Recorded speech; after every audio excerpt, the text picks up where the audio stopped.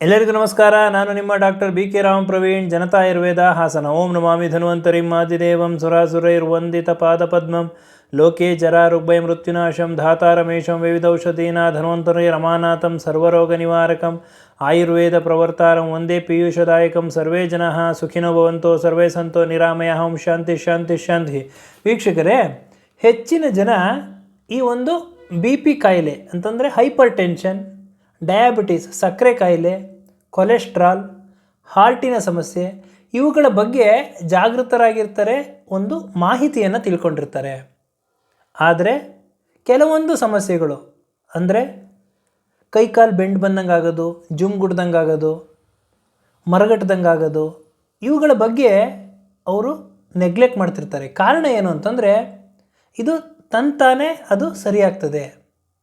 ಎಷ್ಟೋ ಸಮಯ ಒಂದೇ ಜಾಗದಲ್ಲಿ ಕೂತಿರ್ತಾರೆ, ತದನಂತರ ಎದ್ದಾಗ ಕೈಕಾಲು ಜುಮ್ ಹಿಡ್ದಂಗೆ ಆಗೋದು, ಬೆಂಡ್ ಬಂದಂಗೆ ಆಗೋದು, ಮರಗಟ್ಟದಂಗೆ ಆಗೋದು, ತದನಂತರ ಕೆಲವು ಸಮಯದ ನಂತರ ಅದು ನಾರ್ಮಲ್ ಆಗಿಬಿಡ್ತದೆ, ಆ ಸಮಸ್ಯೆ ನಿವಾರಣೆ ಆಗ್ತದೆ. ಅದಕ್ಕೆ ಅವರು ಸಮಸ್ಯೆ ಅಂತಲೇ ಅಂದ್ಕೊಂಡಿರೋದಿಲ್ಲ. ಹಾಗೂ ಒಂದು ಮಗ್ಲಲ್ಲಿ ಮಲಗಿರ್ತಾರೆ, ಎದ್ದ ತಕ್ಷಣ ಬೆಂಡ್ ಬಂದಂಗೆ ಆಗೋದು, ತದನಂತರ ಸರಿ ಆಗ್ತದೆ. ಹಾಗಾಗಿ ಅವರು ನೆಗ್ಲೆಕ್ಟ್ ಮಾಡ್ತಿರ್ತಾರೆ. ಇನ್ನು ವಾತಾವರಣದ ಮೇಲೆ ಅವರು ಹೇಳ್ತಾರೆ. ಅಂದರೆ ಚಳಿಗಾಲದಲ್ಲಿ, ಥಂಡಿ ವಾತಾವರಣದಲ್ಲಿ ಕೈಕಾಲುಗಳು ಜುಮ್ ಹಿಡ್ದಂಗೆ ಆಗೋದು, ಬೆಂಡ್ ಬಂದಂಗೆ ಆಗೋದು, ಮರಗಟ್ಟದಂಗೆ ಆಗೋದು, ತದನಂತರ ಸ್ವಲ್ಪ ಸಮಯದ ನಂತರ ಕೈ ಚೆನ್ನಾಗಿ ಉಜ್ಜಿದ ನಂತರ ಅಥವಾ ಶಾಖ ಕೊಟ್ಟ ನಂತರ ಉಷ್ಣತೆ ಜಾಸ್ತಿ ಆದ ತಕ್ಷಣ ಆ ಒಂದು ಸಮಸ್ಯೆ ನಿವಾರಣೆ ಆಗ್ತದೆ. ಅವರು ಸಮಸ್ಯೆ ಅಂತಲೇ ಅಂದ್ಕೊಂಡಿರೋದಿಲ್ಲ. ಆದರೆ ಈ ಥರ ಒಂದು ಸಮಸ್ಯೆಗಳು ದೀರ್ಘಕಾಲ ಹೆಚ್ಚು ಸಮಯ ಏನಾದರೂ ಇತ್ತು ಅಂತಂದರೆ ಯಾವುದೇ ಕಾರಣಕ್ಕೂ ಅದನ್ನು ನೆಗ್ಲೆಕ್ಟ್ ಮಾಡೋಕ್ಕೆ ಹೋಗಬೇಡಿ.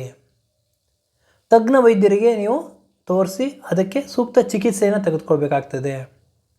ಈ ಥರ ದೀರ್ಘಕಾಲದಲ್ಲಿ ದೇಹದ ಯಾವುದೇ ಭಾಗ ಮರಗಟ್ತಾ ಇದ್ದರೆ, ಬೆಂಡ್ ಬರ್ತಿದ್ರೆ, ಜುಮ್ಗುಡ್ತಾ ಇತ್ತು ಅಂತಂದರೆ ಅದಕ್ಕೆ ಕೆಲವೊಂದು ಕಾರಣಗಳಿರ್ತದೆ. ಪ್ರಮುಖವಾಗಿ ಮೆದುಳಿನಲ್ಲಿ ಏನಾದರೂ ಸಮಸ್ಯೆ ಇರಬಹುದು, ರಕ್ತನಾಳಗಳಲ್ಲಿ ಏನಾದರೂ ಸಮಸ್ಯೆ ಇರಬಹುದು, ರಕ್ತನಾಳಗಳಲ್ಲಿ ಇನ್ಫ್ಲಮೇಷನ್ ಉರಿಯೂತ ಇರಬಹುದು, ಅಥವಾ ನರಗಳ ದೌರ್ಬಲ್ಯ, ನರಗಳ ಸಮಸ್ಯೆ ಇರಬಹುದು. ಹಾಗೂ ಪ್ರಮುಖವಾಗಿ ವೈಟಮಿನ್ B12 ಕೊರತೆಯಿಂದ ಈ ಒಂದು ಸಮಸ್ಯೆ ಆಗ್ತದೆ. ಮೆದುಳಿನಲ್ಲಿ ಏನಾದರೂ ಸಮಸ್ಯೆ ಇತ್ತು ಅಂದರೆ ಪ್ರಮುಖವಾಗಿ ಪದೇ ಪದೇ ಅತಿಯಾಗಿ ತೀವ್ರತರವಾದ ತಲೆನೋವು ಬರ್ತಾ ಇರ್ತದೆ. ಇನ್ನು ದೃಷ್ಟಿ ದೋಷ ಇರ್ತದೆ, ಮಸ್ಬಾಗೋದು, ದೃಷ್ಟಿ ಡಬಲ್ ವಿಷನ್, ಎರಡೆರಡು ಕಾಣಿಸ್ತಕ್ಕಂತಹದ್ದು, ಹಾಗೂ ವಾಕರಿಕೆ, ವಾಮಿಟಿಂಗ್ ಸೆನ್ಸೇಷನ್ ಆಗ್ತದೆ, ಕುತ್ತಿಗೆ ಭಾಗ ಬಿಗಿದಂಗೆ ಆಗ್ತದೆ, ಅತಿಯಾದ ಆಯಾಸ, ಸುಸ್ತಾಗತಕ್ಕಂಥದ್ದು, ಕೈ ಕಾಲುಗಳ ಸೆಳೆತ, ಮೈಕೈ ನೋವು, ಈ ಎಲ್ಲ ಒಂದು ಸಮಸ್ಯೆಗಳು ಕಾಡ್ತದೆ. ಇದಕ್ಕೆ ಪರಿಹಾರ ಏನು ಅಂತಂದರೆ ವೈಟಮಿನ್ B12 ಅಧಿಕವಾಗಿ ಇರತಕ್ಕಂತಹ ಪೋಷಕಾಂಶಗಳು ಹೆಚ್ಚಿರ್ತಕ್ಕಂಥ ಆಹಾರ ಪದಾರ್ಥಗಳನ್ನ ಸೇವನೆ ಮಾಡಬೇಕು. ವೈಟಮಿನ್ B12 ಪ್ರಮುಖವಾಗಿ ಯಾವ ಯಾವ ಆಹಾರದಲ್ಲಿ ಹೆಚ್ಚಾಗಿರ್ತದೆ ಅಂತಂದರೆ ಡೈರಿ ಪ್ರಾಡಕ್ಟ್ಸ್, ಹಾಲು, ಮೊಸರು, ಯೋಗರ್ಟ್, ಚೀಸ್, ಪನ್ನೀರ್ ಇವುಗಳಲ್ಲಿ ಹೆಚ್ಚಾಗಿರ್ತದೆ. ಇನ್ನು ಬಾದಾಮಿ, ಓಟ್ಸ್, ಸೋಯಾ ಚಂಕ್ಸ್, ಸೇಬು ಇವುಗಳಲ್ಲಿ ಹೆಚ್ಚಾಗಿ ಇರ್ತದೆ. ಇನ್ನು ಮೊಟ್ಟೆ, ಮೀನು, ಮಾಂಸ, ಈ ಒಂದು ಸಾಲ್ಮನ್ ಫಿಶ್ ಅಂತ ಹೇಳ್ತಾರೆ, ಆ ಒಂದು ಮಾಂಸಾಹಾರಗಳಲ್ಲಿ ವೈಟಮಿನ್ B12 ಅಧಿಕವಾಗಿರ್ತದೆ. ನಮ್ಮ ನರಗಳ ಒಂದು ಆರೋಗ್ಯವನ್ನು ಕಾಪಾಡ್ತಕ್ಕಂತಹ ಒಂದು ಪೋಷಕಾಂಶ ಅಂದರೆ ವೈಟಮಿನ್ B12. ಯಾವಾಗ ಈ ವೈಟಮಿನ್ B12 ಕೊರತೆ ಆಗಿರ್ತದೋ ಅಂಥ ಒಂದು ಸಂದರ್ಭದಲ್ಲಿ ನರ ದೌರ್ಬಲ್ಯ, ನರಕ್ಕೆ ಸಂಬಂಧಪಟ್ಟ ಕಾಯಿಲೆಗಳು ಬರ್ತದೆ. ಸೆನ್ಸೇಷನ್ ಇಲ್ದಲೇ ಇರ್ದಂಗೆ ಆಗೋದು, ಜುಮ್ ಗುಡ್ದಂಗೆ ಆಗೋದು, ಮರಗಡ್ದಂಗೆ ಆಗೋದು, ಈ ಸಮಸ್ಯೆಗಳು ಕಾಡ್ತದೆ.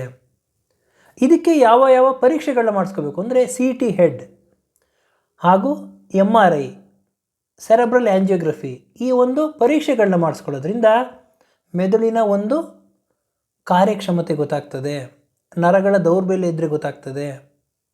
ಹಾಗೂ ಈ ಒಂದು ಸಮಸ್ಯೆಗಳು ದೀರ್ಘಕಾಲದಿಂದ ಅನುಭವಿಸ್ತಾ ಇದ್ದರೆ ತಜ್ಞ ವೈದ್ಯರನ್ನು ಭೇಟಿಯಾಗಿ ಸೂಕ್ತ ಪರೀಕ್ಷೆಯನ್ನು ಮಾಡಿಸ್ಕೊಂಡು ಚಿಕಿತ್ಸೆಯನ್ನು ತಗೋಬೇಕು. ಯಾವುದೇ ಕಾರಣಕ್ಕೂ ಇದು ತಂತಾನೇ ಸರಿಯಾಗ್ತದೆ, ಸ್ವಲ್ಪ ಬಿಸಿ ಶಾಖ ಕೊಟ್ಟರೆ ಸರಿಯಾಗ್ತದೆ, ಕೈಕಾಲು ಉಜ್ಜಿಕೊಂಡ್ರೆ ಸರಿಯಾಗ್ತದೆ, ಒಂದು ಕೆಲವು ಸಮಯದ ನಂತರ ಬೆಂಡ್ ಬಂದಿರೋದು ಸರಿಯಾಗ್ತದೆ ಅಂತ ನೀವೇನಾದರೂ ನೆಗ್ಲೆಕ್ಟ್ ಮಾಡಿದ್ರೆ ತೊಂದರೆ ಅನುಭವಿಸ್ಬೇಕಾಗ್ತದೆ. ಆದ್ದರಿಂದ ಇವತ್ತಿನ ಈ ಒಂದು ಸಂಚಿಕೆಯಲ್ಲಿ ದೇಹದ ಯಾವುದೇ ಭಾಗ ಮರಗಟ್ಟುವಿಕೆ ಅಥವಾ ಜುಮ್ಗೊಡೋದು, ಬೆಂಡ್ ಬಂದಂಗೆ ಆಗ್ತಾಯಿತ್ತು ಅಂತಂದರೆ ಯಾವುದೇ ಕಾರಣಕ್ಕೂ ಅದನ್ನು ನೆಗ್ಲೆಕ್ಟ್ ಮಾಡೋಕ್ಕೆ ಹೋಗಬೇಡಿ.